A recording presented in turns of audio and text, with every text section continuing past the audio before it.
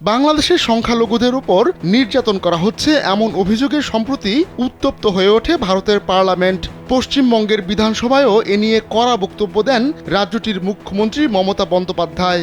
এছাড়া সেখানে প্রায় প্রতিদিনই বিক্ষোভ অনুষ্ঠিত হচ্ছে। সংখ্যালঘু নির্যাতনের এমন অভিযোগের মুখে ত্রিপুরায় বাংলাদেশের সহকারী হাইকমিশনে হামলার ঘটনাও ঘটে। এবার সংখ্যালঘু নির্যাতনের অভিযোগে কর্মসূচি ঘোষণা করেছে ভারতের হিন্দুত্ববাদী সংগঠন RSS। সংগঠনটি আগামী সপ্তাহে দিল্লিতে অবস্থিত বাংলাদেশ হাই কমিশন অভিমুখে প্রতিবাদ মিছিল করবে।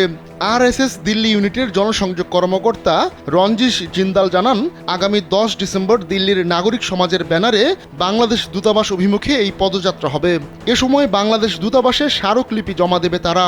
এলো ভিশন মুশকিল আসান অফার। যে কোনো ব্র্যান্ডের পুরনো ফ্রিজ নিয়ে চলে আসুন ভিশন শোরুমে আর নিয়ে যান নতুন ভিশন ফ্রিজ 20% পর্যন্ত ছাড়। এছাড়া বাংলাদেশে হিন্দুদের উপর চলমান নৃশংসতা ও সহিংসতা বন্ধে অবিলম্বে হস্তক্ষেপের দাবি জানিয়ে জাতিসংঘ, UNHRC, WHO, অ্যামনেস্টি ইন্টারন্যাশনাল ও ADB সহ সব আন্তর্জাতিক সংস্থার কাছে একটি স্মারকলিপি দেবে সংগঠনটি।